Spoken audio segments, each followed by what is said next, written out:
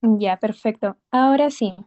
Buenas noches con todos. Vamos a empezar con la ponencia. Por favor, disculpen el pequeño retraso. No pensé que iba a llegar mi momento de ser la doctora que ella no sabe manejar el Zoom.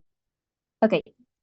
Empezando con el título, muy importante, Ciencia crítica y prevención en VIH, SIDA y otras ITS. En esta oportunidad vamos a abordar tanto una breve descripción nacional e internacional de cómo se encuentra el VIH, SIDA y otras ITS y de qué manera podemos abordar a nivel de investigación, cuáles son los enfoques en los que podemos explorar siendo estudiantes de medicina y otras pepas más. ¿Ok? En primer lugar, en relación a la epidemiología de VIH, SIDA, ITS y otras ITS en el Perú, ¿no?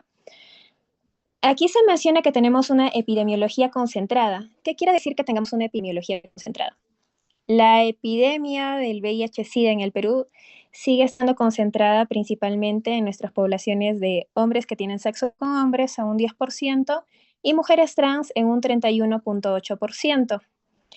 Es importante resaltar también que en el Perú viven aproximadamente, hasta lo que se había notificado en el 2024, un aproximadamente de 91.000 personas con VIH. De todas estas personas, el 90% aproximadamente de todos los casos fueron diagnosticados, fueron transmitidos por relaciones sexuales. Y bueno, como se ve aquí, algo importante es el porcentaje que representa la población indígena, ¿no? Especialmente la población indígena Aguajún, que es una población que, según hemos visto también en noticias, en diversos reportes, pues se encuentra con severos casos de eh, reportes de VIH en población adolescente, población joven, quienes son víctimas principalmente de este, violaciones sexuales, ¿no? Ahora, como podemos ver dentro de los dos mapitas, tenemos tanto un reporte de la incidencia de nuevos casos en VIH, así como los nuevos casos de SIDA. Quien presenta la mayor prevalencia e incidencia de casos es Lima Metropolitana, así como los distritos, los departamentos Ucayali y Amazonas en ambos casos, ¿sí? Y enfatizando también el caso de Madre de Dios en el caso de SIDA, esto según el reporte del 2024. Ahora, según el marco actual del VIH, SIDA y ITS en el Perú, las personas que viven con VIH o SIDA que están en tratamiento con TAR al 2021 eran aproximadamente unas 64.000. O sea, de, de los 81.000 que les mencionaba inicialmente, de los 91.000 personas que les mencionaba inicialmente ya reportadas al 2024, en el 2021 la mayoría, al menos, teníamos una gran cobertura de un 80% de nuestra población que sí se encontraba en terapia. Ahora, de toda esta población, más de la mitad se encuentra en metropolitana recibiendo este tratamiento. ¿Cuál es la situación de otro tipo de poblaciones vulnerables que se encuentran con este diagnóstico? Pues son los migrantes, resaltando principalmente a los migrantes venezolanos, donde tenemos una data de que el 97% de estos son varones y el 79% de estos viven en Lima Metropolitana, ¿no? Que se encuentran actualmente con R. Esta población se encuentra en 22 de las 25 regiones del Perú y esto pues representa aproximadamente un 88% de toda la población, ¿no? Ahora, hablando sobre este pequeño cuadro que tenemos acá, tenemos a ver, tenemos un, ¿no? Que es muy importante dentro del manejo a nivel del Ministerio de Salud, donde sí o sí tenemos que partir desde la información y consejería, la implementación conciencia y fomento del uso de preservativos. Cuando tenemos un paciente con alguna clínica de ITS, por ejemplo, a nivel sindrómico, pues darle también un manejo, un tratamiento, utilizar la profilaxis post-exposición En el caso de VIH también la profilaxis preexposición, que me imagino que han tratado más a profundidad en otras exposiciones, y también abordar el tratamiento como prevención, ¿no? Ahora, así como lo que acabo de explicar, tenemos diferentes estratégicas para el VIH dentro del Perú. Estas parten primero desde la prevención, el tamizaje diagnóstico y también el tratamiento. No vamos a ahondar a profundidad en todo esto porque no se va tanto al tema global de esta charla, ¿sí? Pero sí hay dos términos muy importantes que quisiera resaltar para, para los fines de esta exposición. En primer lugar, sería el pilar de la salud pública dentro de VIH, que quiere decir indetectable igual a intransmisible. Esto se encuentra basado en evidencia sólida, ¿sí? En los estudios se demostró que cuando una persona con VIH toma su tratamiento antirretroviral, es decir, el TAR, del que hablábamos anteriormente, pero lo toma de manera constante y consigue una carga viral plasmática indetectable, es decir, que tenga al menos de 50 copias por mililitro, por un estimado de más o menos 6 meses, el riesgo de transmisión es prácticamente nulo. Por eso se dice que indetectable, es decir, tener menos de 50 copias, es igual que intransmisible. ¿Sí? Ahora, si me preguntan, doctora, base fisiológica de esto, pues sería que pues, reducimos el nivel de replicación viral en la sangre, también en los fluidos, y la concentración de todos estos viriones pues sería tan baja que no lograría superar la barrera epitelial del huésped, o sea, de la persona, de la pareja sin VIH, y esto pues a fin de se transforma en un tratamiento muy potente, muy importante para la prevención de la transmisión del VIH, ¿no? Ahora, el PrEP y el PEP pues son el acceso a la profilaxis preexposición y también a la posexposición, ¿no? Esto se ha expandido bastante a nivel nacional en centros de primer nivel de atención, sobre todo como mencionábamos en Lima Metropolitana, pero aún a nivel de provincia falta promover un poquito más, sobre todo en las regiones que hemos mencionado anteriormente, ¿no? Las que se encuentran resaltadas en rojo. Ahora, no solo vamos a hablar acerca de VIH, ¿no? También tenemos otras ITS que son prevalentes. Ahora, doctora, ¿cuál es la ITS más prevalente en el Perú? Como está resaltado de amarillito, es la sífilis, porque se encuentra en más del 30% de las notificaciones de ITS reportadas hasta el 2025, ¿ok? El virus de papiloma humano también es muy común y es, pues, como todos sabemos, la causa principal de cuello uterino y importante un dato que me imagino que todos ya saben hasta el momento, es que la vacunación se ha extendido ahora hasta los 18 años, antes era solo hasta los 13, de 9 a 13 años en niñas, en mujeres, y ahora es en ambos sexos, ¿no? Varones y mujeres. El herpes genital, pues, es una patología endémica que presenta alta tasa de recurrencia y también, pues, genera una mayor susceptibilidad a la transmisión del VIH debido a las lesiones ulcerosas que presenta, ¿no? Recordemos que el VIH se transmite por fluidos corporales, en especial que son 5, ¿no? La sangre, el semen, el líquido preseminal, por vía vaginal al momento del parto, y una más que creo que me estoy olvidando en este momento, sobre más rato me acuerdo. Y bueno, en cuarto lugar tenemos a la clamidia y a la gonorrea, son infradiagnosticadas que tienen mayor clínica en mujeres, sobre todo en edad adolescente, y estamos en una alerta importante con estas dos enfermedades, sobre todo con la gonorrea, debido a su alta tasa de resistencia a la ceftriaxona, que era el tratamiento base. Sí, ahora, esto me incomoda. Ya. Una consulta, ¿el VIH sigue siendo una pandemia? La respuesta se encuentra muy bonito, muy definido en esta imagen, y es que sí.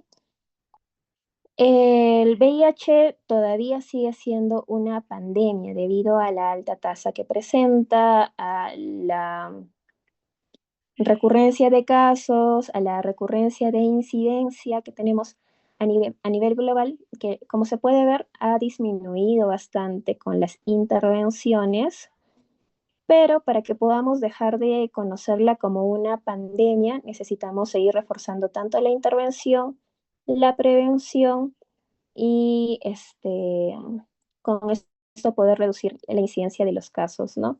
Para eso que también, y un punto importante, ¿no? ¿Qué intervenciones o qué podemos hacer nosotros más allá de la promoción de salud, de realizar tamizajes para poder reducir la incidencia de VIH y otras ITS es mediante la información.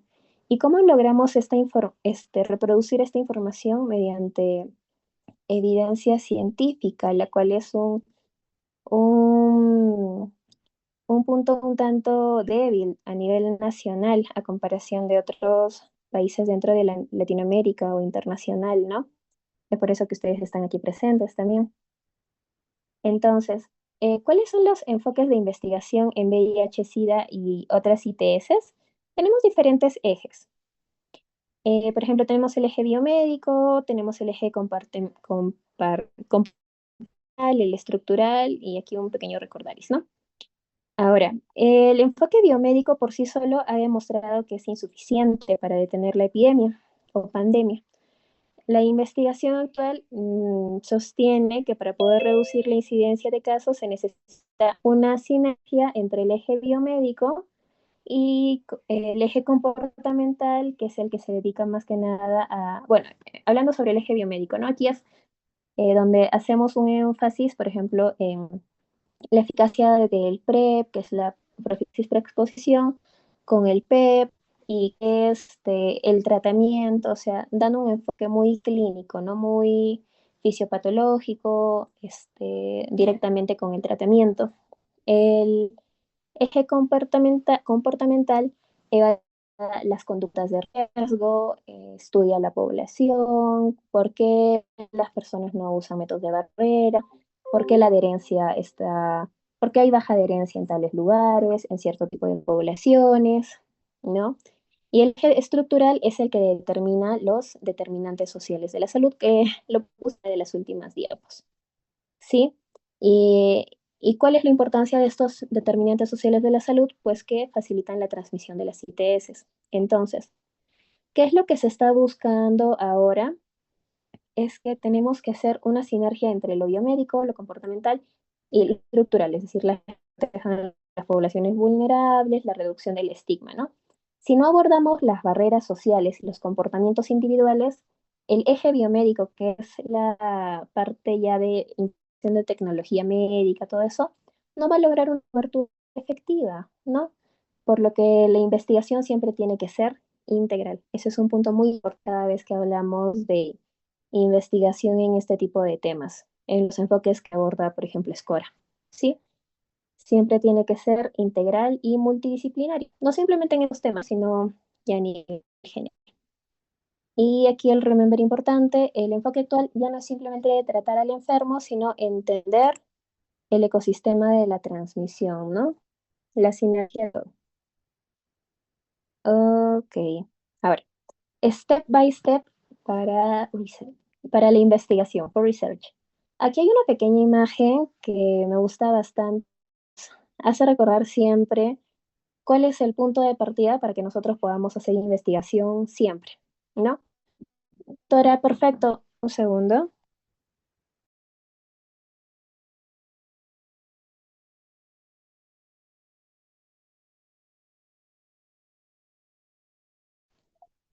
Ya, es que se los chicos. Ya. Ya. Primero empezando, ¿no? Por la pregunta de ¿qué es lo que me llama la atención, por ejemplo? Ustedes han ingresado acá porque el tema de investigación en VIH, SIDA y otras ITS se puede ingresar, ¿no? Entonces, eso me da una orientación hacia el tema que quiero abordar.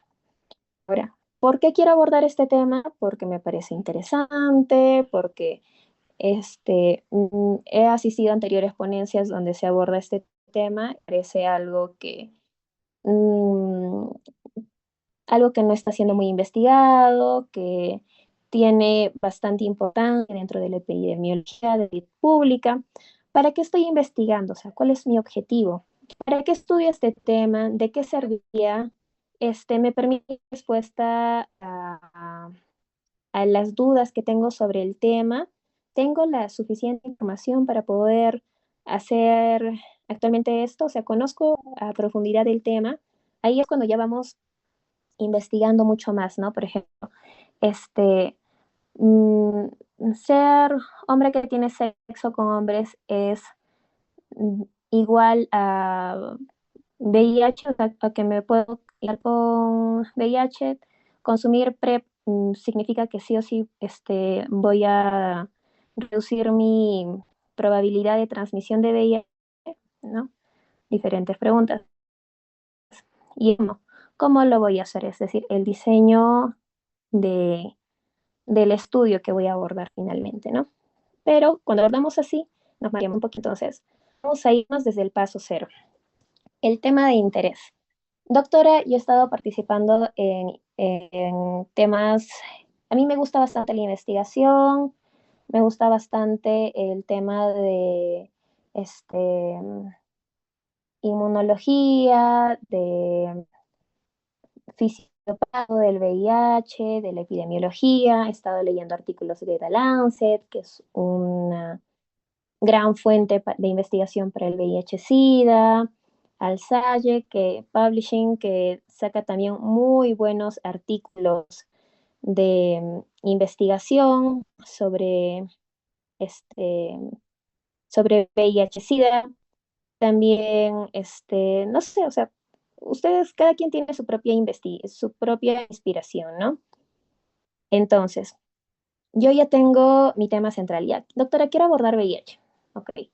Por ejemplo, me gustaría abordar algo que sea como la eficacia del PrEP que he estado mencionando, con la disminución de los casos, o sea, la disminución de la incidencia del VIH en personas con alto riesgo de exposición, como los hombres que tienen sexo con hombres y las mujeres trans. Y cuando ustedes ya digamos que quieren hacer esto para su tesis, ¿no? Y esto se orienta con la línea de investigación que es enfermedades infecciosas y salud pública, según los ejes temáticos y lineamientos que tiene la Universidad Ricardo Palma, por lo que voy a sacar mi título de tal, tal, tal. No nos vamos tan rápido hasta el título, ¿no? Porque cuando nosotros ya tenemos el qué, el por qué y el más o menos el para qué, es que nosotros llegamos a querer formular nuestro tema de investigación. ¿Cómo formulamos nuestro tema de investigación? La mejor manera de poder hacerlo es mediante la pregunta pico. Pregunta pico, cada letra tiene un significado, ¿no? P es de paciente o problema, la I es de intervención, la C de comparación y la O de resultado o de outcome. Entonces, llevándolo ya a la parte práctica, por ejemplo, eh, ¿para qué me sirve esto? Este formato nos ayuda a facilitar la búsqueda de información bibliográfica. ¿Para qué nos permite, para qué me sirve buscar una buena información bibliográfica? Principalmente para poder tener una investigación de calidad. Y de eso vamos a hablar más adelante también. ¿Sí? Entonces, doctora, la P, que es población, paciente o problema, ¿por qué es tan importante? Pues porque me va a permitir definir de manera correcta la población que yo, investigador, quiero abordar, ¿no? Esto para poder tener los resultados que deseamos. Sin una P clara, sin un paciente, población o problema claro, la investigación va a perder por completo el enfoque y las conclusiones no van a tener validez externa y esto va a dificultar bastante la aplicación de los hallazgos dentro de la práctica clínica real. O sea, se va a ir por las ramas nuestra investigación. ¿Ok? Cuando estamos hablando de intervención, estamos hablando de qué es lo que vamos a hacer a nuestra población, qué tratamiento, qué prueba diagnóstica o qué factor de riesgo se está considerando en la población que estoy abordando. En este caso, por ejemplo, yo escogí que mi población van a ser personas con alto riesgo de infección de VIH, ¿sí? Aquí abordando lo que yo he mencionado anteriormente. Entonces, mi intervención sería el uso de profilaxis preexposición en las personas con alto riesgo de infección de VIH. Ahora, ¿me quedo simplemente con esto? ¿Mi título se queda así? No. Usamos una comparación. Es decir, ¿cuál es la alternativa principal? Hay un placebo, hay un tratamiento estándar, otra intervención. En este caso, para no complicarnos tanto, sería, mi intervención es el uso de PrEP, mi comparación sería el no uso de PrEP, ¿ok? Y ahora el outcome o los resultados son qué se espera lograr o qué se espera mejorar, medir, es decir, por ejemplo, la reducción de síntomas, mejorar la calidad de vida, este, como ejemplos, ¿no? Ante toda mi pregunta pico, frente a la intervención, con la comparación que estoy haciendo para mi población. En este caso, el resultado sería el outcome, ¿no?, que estoy esperando lograr es la disminución de la incidencia de infección por VIH. Ya con toda esta formulación, que siempre que van a hacer investigación se las recomiendo bastante hacer, me saldría la pregunta, ¿no? En personas con alto riesgo de infección por VIH, ¿el uso de PrEP comparado con no utilizarla disminuye la incidencia de nuevos casos por VIH? Y aquí puse estos artículos porque nos ayudan a definir un título, o que más bien son como una respuesta, ¿no? De que esto ya ha sido utilizado. Es decir, todos los autores que ustedes pueden ver acá abajo, para poder realizar su revisión sistemática, para realizar su metaanálisis, para realizar un estudio de tipo, si tienen que realizar su pregunta pico. Y no es que la pregunta pico me va a dar directamente el título, sino que me va a orientar a estructurar tanto mi tema de investigación, el título, objetivos, hipótesis y toda la estructura que vamos a abordar a continuación. Ahora, ya doctora, ya tengo mi pregunta pico, ahora vamos a irnos hacia el paso número 2, que es la revisión de la literatura, ¿no? Pero para poder hacer una revisión de la literatura correcta, es decir, utilizar mis términos MESH, mis DEX, eh, necesito conocer muy bien las fuentes que voy a buscar, ¿no? Aquí vamos, les voy a dar una breve intro de cómo se tiene que buscar index. ¿Para qué me sirve buscar index? Es, por ejemplo, yo uso palabras clave, ¿ya? Es una página de la Organización Panamericana de la Salud con la OMS, donde, por ejemplo, yo digo, ya, doctora, tú me dices que quieres averiguar sobre PrEP. Yo simplemente pongo personas con alto riesgo de infección en VIH para buscar mis fuentes bibliográficas y no voy a encontrar nada. ¿Por qué? Porque necesito palabras clave y las palabras clave se encuentran aquí en los DEX. Entonces, consultamos palabra por palabra. Por ejemplo, el término que vamos a buscar oportunidad es infección. Yo le doy consultar y me va a salir de inmediato el descriptor en inglés, que sería infection, el descriptor en español, que sería infección, la definición en español, porque esto también es algo importante que ustedes van a utilizar en sus tablas, en sus matrices, ¿sí? Y abajito podemos ver que hay sinónimos, ¿no? O también calificadores en los que se pueden encontrar estas palabras, ¿sí? Ahora, en el caso de mesh, por ejemplo, aquí nos dice, ¿no? ¿Cuál es el descriptor en inglés? De infección es infection. Entonces, yo busco en mesh, infection, y me va a salir bueno, aquí no lo puse, nos va a salir una larga lista, al igual que index, de cuáles son los sinónimos, de otras palabras que puedo utilizar, y eso me va a permitir realizar una búsqueda avanzada de nuestros términos para poder por fin cumplir el paso 2, ¿no? Que sería la revisión de la literatura. Entonces, en el paso 1, ya habíamos definido nuestra pregunta pico, ¿no? Nuestros pacientes, personas con alto riesgo de infección por VIH, la intervención, uso de profilaxis del PrEP, comparación, no uso de PrEP y el resultado, disminución de los casos. Ya. Mis términos MESH En inglés sería HIV infections, risk taking. En intervención sería pre-exposure prophylaxis. En comparación sería standards of care. Y en resultado, la prevención o control del VIH cero positivo, ¿no? Los entry terms o los sinónimos, por ejemplo, si estamos buscando en DEX, sería VIH, SIDA, HIV, personas de alto riesgo, población vulnerable, este, y así en cada uno de los términos, ¿no? Todo esto para poder tener una búsqueda avanzada, ¿sí? Para todos aquellos que estén interesados en hacer investigación sobre este tema. Ahora, el paso número 2 es uno de los más indispensables, que es la revisión de la literatura. Base fundamental para cualquier tipo de investigación que quieran hacer es saber buscar bien sus temas en PubMed, en Scopus, en Embase.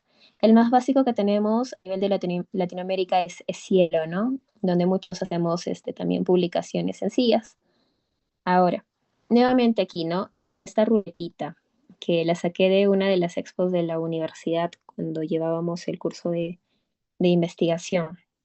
Ya hemos partido de la pregunta, ya sabemos más o menos los criterios que tenemos que abordar. Ya hemos visto nuestros DEX, los mesh, los sinónimos, ¿no? Que serían los entry terms, y también tenemos el etiquetado. Todos estos temitas me imagino que los van a abordar más a profundidad en siguientes exposiciones con CPP o con CPC, sí, pero es importante que recuerden la importancia de tener bien definidos sus DEX, su mesh y sus entry terms para hacer una búsqueda avanzada y tener bibliografía de calidad. Aquí tenemos una pirámide donde pues podemos encontrar una muy buena fuente bibliográfica. Aquí faltaría Cochrane también, que sirve bastante para analizar revisiones sistemáticas o metaanálisis. Ya, entonces, luego de que yo haya hecho bien mi revisión de la literatura, ¿de qué es lo que necesitamos? Necesitamos abordar el paso 3. El paso 3 es el diseño metodológico. ¿Qué me sirve el diseño metodológico? En el diseño metodológico nosotros vamos a definir qué tipo de estudio vamos a utilizar. Tipos de estudio hay muchísimos, ¿no? Observacionales, experimentales, el tipo de este estudio que vamos a hacer, si vamos a tener seguimiento, sin seguimiento, si va a ser prospectivo, retrospectivo, aleatorio, no aleatorio, si vamos a intervenir sobre el paciente o no. Ya no nos vamos a enfocar mucho en eso, sino vamos a dar ideas de cómo podemos abordar este eje temático, este tema importante, según el tipo de estudio que estaríamos haciendo, ¿no? Por ejemplo, en un descriptivo transversal podríamos hacer el siguiente, ¿no? Evaluar la relación entre el uso de PrEP y la presencia de VIH en un momento determinado. ¿Cuál sería el título? Usando mi pregunta pico, sería, a ver, aquí, ¿no? ¿Cuál es mi población? Relación entre uso de PrEP y presencia de VIH en un momento determinado. Bueno, aquí no se define muy bien cuál es la población, pero sería población expuesta a VIH, una población que tiene VIH. Ya. Y la intervención sería el uso de PrEP y el outcome o la comparación sería más bien el no uso de PrEP y aquí está, ¿no? El resultado, el outcome por fin sería la presencia del VIH en un momento determinado. Como es un estudio transversal, ahí a veces se suele perder un poco los rasgos de la pregunta pico. El ejemplo del título sería, ¿no? Uso de PrEP y prevalencia de VIH en personas con alto riesgo de exposición en un centro de salud Lima. En el título es cuando ya podemos definir muy bien a nuestra población, que es personas con alto riesgo de exposición a VIH que son de un centro de salud específico en Lima, ¿no? En un estudio de casos y controles. ¿Qué hacemos en un casos y controles? Pues comparamos, ¿no? Personas con VIH que serían los casos y sin VIH que serían los controles para identificar el uso de PrEP, el uso de PEP, la incidencia en ciertos casos, factores de riesgo, conducta de riesgo, entre otras cosas, ¿no? En un corte nosotros seguimos a nuestros grupos, a los usuarios y no usuarios de PrEP, por ejemplo, ¿no? Podría ser personas con VIH, personas sin VIH también, para evaluar qué factor de riesgo aparece en el transcurso. Estos son ya de seguimiento, ¿no? Cuando estamos haciendo un ensayo clínico aleatorizado, por ejemplo, en un ensayo clínico nosotros ya intervenimos sobre la población. Y, por ejemplo, si es un ensayo clínico aleatorizado, aquí nosotros escogemos de manera aleatoria a nuestra población que tiene VIH y lo seguimos, evaluamos, interviniendo aleatoriamente a cierta parte de nuestra población y no dándole a otra parte, ¿no? Para evaluar su efecto. A cierta población se le da placebo, por ejemplo, y a la otra se le da PrEP, ¿sí? En una revisión sistemática que nosotros haríamos, por ejemplo, ya mi revisión sistemática va a ser acerca de estudios de cohorte, ¿no? Entonces encuentro estudios de cohorte que se han hecho de la eficacia del PrEP en la intervención de VIH en personas de Argentina, en personas de Janeiro en Brasil, en población mexicana, en población de Lima metropolitana, y hago un análisis, sintetizo todos los estudios y veo realmente comparando, ¿no? En cuántos estudios, en qué tipo de población, en qué circunstancias se parecen estas poblaciones para que sea efectivo el PrEP como prevención del VIH, ¿no?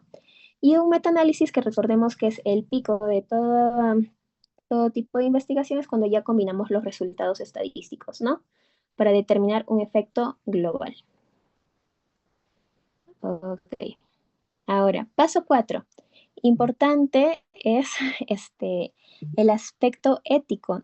Es crucial, determinante cuando estamos hablando de ITS. Todo estudio con humanos debe pasar sí o sí por un comité de ética e investigación.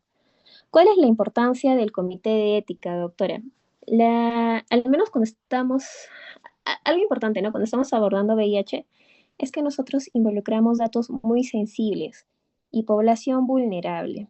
El comité de ética e investigación va a garantizar que el estudio cumpla con los principios de la beneficencia, no maleficencia, autonomía y justicia, que son los cuatro este, principios pues bioéticos, ¿no? Y sin su aprobación los resultados no van a ser publicables. Ahí se detiene todo lo que tú querías hacer. ¿Y qué más? Se puede poner en riesgo la integridad de los pacientes y también del investigador. Ahora, es por ello que es importante asegurar el consentimiento informado y el anonimato de la población que vamos a intervenir, ¿no? Especialmente por el estigma al VIH que hay, como vuelvo a recalcar. Como paso 4, ya vamos a irnos a la recolección y análisis de datos, que simplemente para este tema tendríamos que hacer una expo solita por completo. Lo usual es que nosotros recolectemos nuestra información en una base de datos digital. Es lo más recomendable, ¿no? Por ejemplo, si van a hacer un descriptivo transversal en población de estudiantes de medicina de la Universidad Ricardo Palma, mediante una encuesta por Google Forms, que ésta se vaya directamente a un spreadsheet o lo vayan a anexar ya directamente con Excel. Y ya para el análisis de datos sería mediante Stata, SPS para calcular frecuencias, porcentajes, y se aplica, pues según el tipo de método de estudio que van a utilizar, pues hacerle un odds ratio, entre otros, ¿no? Ahora, ya para el tema del 6, que es la redacción, se recomienda bastante la estructura IMR-ID, que es introducción, métodos, resultados y discusión. Y actualmente también se puede, ¿no? ¿Por qué es importante recomendar esto? ¿Por qué es recomendable, aconsejable utilizarlo? Es porque cuando estamos haciendo, ¿cómo lo digo? La estructura IMRDI es una estructura que se replica en la mayor cantidad de artículos científicos, es la que más utilizan las revistas, y cuando ya estamos en la parte de nos permite organizar organizarnos de manera más efectiva y también como lectores encontrar de manera mucho más sencilla cuál es el fin de toda la publicación, la organización, ¿no? Todo tiene que ser de manera ordenada. Si no, pues nuestro trabajo de investigación, nuestro producto final es una mazamorra, ¿no? Ya para el paso 7 que es la publicación, es importante que nos enfoquemos bastante en buscar revistas. Si va a ser nuestra primera publicación, por ejemplo, podemos optar por revistas universitarias, sobre todo si estamos haciendo un trabajo descriptivo en la universidad, con población de un centro de salud, o sea, en pequeñas masas, ¿no? Si ya tenemos más experiencia o nuestro trabajo de investigación es, por ejemplo, un caso control, un cortes, o puede ser también un descriptivo transversal, pero con mayor población, más relativo, más relativamente importante, más relevante más bien a nivel epidemiológico, podemos lucharla por una revista nacional o por sociedades peruanas, por ejemplo, la Sociedad Peruana de Enfermedades Transmisibles, entre otras, ¿no? Como la revista de la Sociedad Peruana también de Medicina Interna o de Medicina Experimental y Salud Pública, entre otras, ¿no? Y ya según el poder que tenga nuestra investigación, también se puede publicar en revistas internacionales. Ahora, sé que me estoy demorando mucho, tal vez. Vamos a recordar un tema importante que les mencioné hace un momento, y es los determinantes sociales, ¿no? Determinantes sociales son dos principalmente, los estructurales y los intermedios. Los determinantes estructurales son las fuerzas sociales que van a moldear, por ejemplo, en este caso, a la epidemia. Es decir, el nivel de educación, el ingreso de la población, si trabaja o no trabaja, masculino o femenino, a quién pertenece, cuáles son las políticas públicas que tiene ese lugar a la población. Es decir, definen quién eres en la sociedad y en comparación, los determinantes intermedios son los que definen cómo y dónde vive, trabaja o se atiende esa población, ¿no? Entonces, los determinantes estructurales, como les mencionaba, o sea, aquí no está descrito el estigma, pero el estigma es una barrera, es un determinante que también se encuentra, que se podría incluir dentro de los determinantes estructurales. Y esto representa una barrera para la investigación.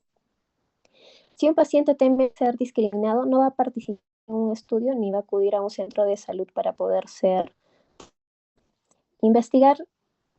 ITS de transmisión sexual sin considerar el estigma es ignorar la causa, la raíz de la exclusión sanitaria, de la evolución a SIDA y mm, de todos los matices que condensan, que no se dé un tratamiento efectivo y que sigamos estando en estado de pandemia o epidemia con el VIH-Sida y también otras infecciones de transmisión sexual. ¿Sí? Y aquí, importante, ¿no? Abajo se puede ver. La suma de determinantes estructurales con los intermedios son los que como estructurales, nos hacen dividir a las personas en grupos sociales, ¿no? Debido a su nivel socioeconómico, a su género, a las políticas que tengamos en nuestro país. Los intermediarios van a ser los que afecten a su vida diaria porque son su alimentación, el estrés que viven en su día a día, el acceso, la vivienda, el agua, tienen agua potable o no, tienen electricidad o no. ¿Y en qué se refleja esto? En la inequidad en salud que va a sufrir nuestra población. Ya próximos a culminar, quiero abordarles los retos y oportunidades en investigación que tenemos con este tema indispensable. El primer punto sería la fatiga del VIH. ¿Por qué fatiga de VIH? Porque ya existe una percepción de que el VIH ya no es un problema grave debido a los fármacos modernos, al PrEP, al PEP, que disminuye la percepción de riesgo en jóvenes, lo cual repercute nuevamente en ¿no? La población se confía, incluso como profesionales de salud. ¿Sí? En segundo punto sería el estigma y la discriminación, que ya lo hemos hablado, ¿no? Que siguen siendo una de las principales barreras para el reclutamiento de participantes en grupos de población clave, sobre todo en hombres que tienen sexo con hombres, mujeres trans y trabajadoras sexuales. trabajadores sexuales en general. La resistencia antimicrobiana es el surgimiento, abordando sobre todo en ITS, por ejemplo, ¿no? Que es, como ya mencioné, tenemos un surgimiento de resistencia o multiresistencia de gonorrea recientemente, ¿no? Lo cual plantea definitivamente un desafío crítico para la investigación farmacológica. El cierre de brechas post pandemia, si bien ya tuvimos, la pandemia culminó el 2021, el COVID-19 desplazó de manera preocupante la atención del VIH, dejando un espacio de datos vacíos y un retroceso en el diagnóstico oportuno que todavía no ha podido ser recuperado. Como una oportunidad, podríamos tomar a la salud digital o el mHealth, que es el uso de apps, de fuentes digitales como recordatorios de medicación, teleconsultas para ITS y seguimiento de contacto de forma anónima, ¿no? Imagínense que haya un aplicativo de seguimiento para todas las personas que tienen VIH hecha por el ministerio, en el que se le llega una notificación para que pueda ir a recoger su medicamento, para que saque su cita de manera directa, para que pueda recordar tomar su medicamento, donde pueda ver sus resultados. Eso es idílico, ¿no? Pero es algo que se podría plantear a futuro, si es que las cosas mejoraran. Bueno, ¿y cuál es la importancia de la salud digital con los estudiantes de medicina que son ustedes? Pues que representa también una frontera mucho más accesible para la investigación en pregrado. Tanto el uso de apps, de monitoreo, que ahora haya ChatGPT, que haya Gemini, entre otras aplicaciones, pues ayuda a mejorar la, in- la información, la adherencia también mm, de información de los pacientes, este, que haya mayor cantidad de evidencia, ¿no? Ya no contamos con solo recursos limitados que tengan que asistir netamente a su centro de salud a buscar un profesional para poder informarse, ¿no?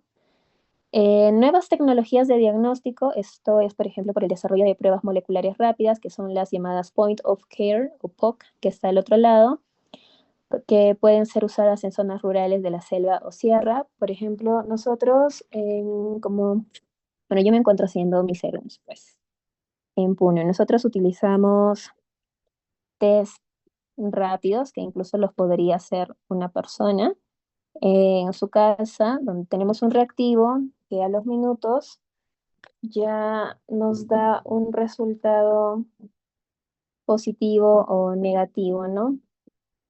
Esto se hace en primer nivel de atención.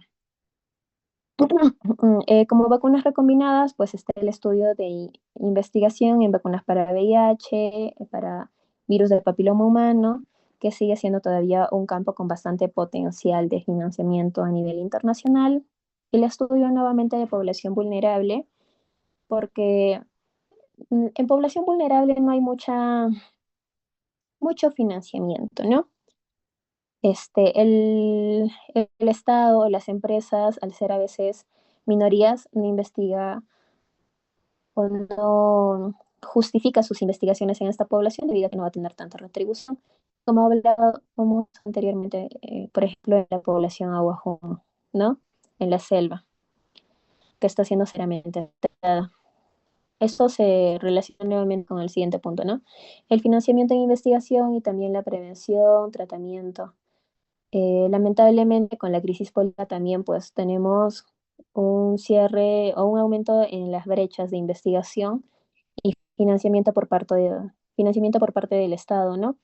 Que disminuye costos para el Ministerio de Salud y el Ministerio de Salud también reduce costos, prevención y tratamiento de estas infecciones, las cuales felizmente todavía no son muy grandes, pero felizmente todavía contamos con organizaciones internacionales como HF para poder fortalecer estos puntos, ¿no?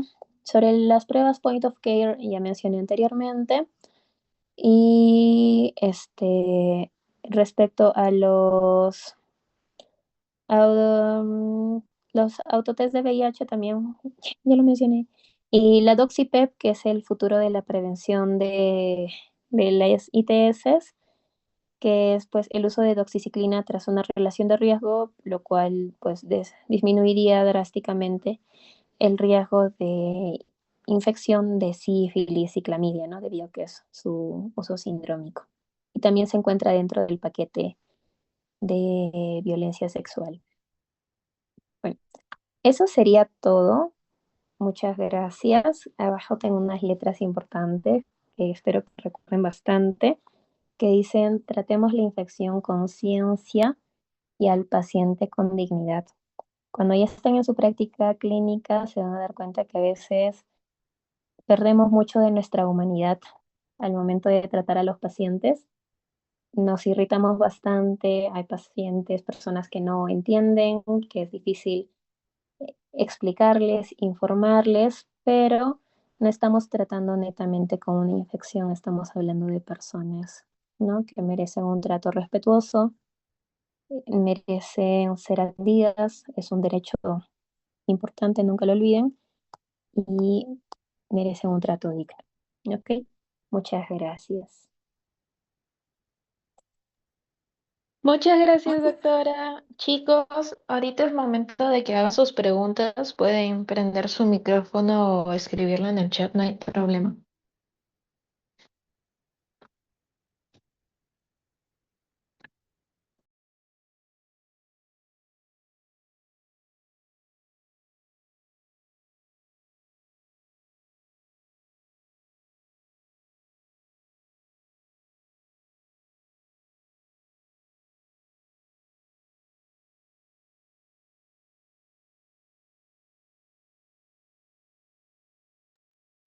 Bueno, muchas gracias, doctora. Parece que quedó todo claro. Esperamos contar con con su participación en otra oportunidad. Muchas gracias.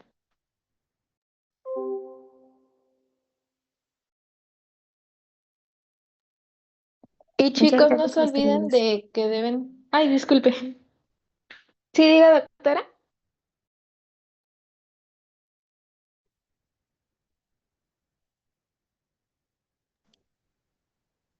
Ah, creo que me muteé. Un gusto, chicos. Siempre es un gusto trabajar con ustedes. Cuenten conmigo en próximas oportunidades.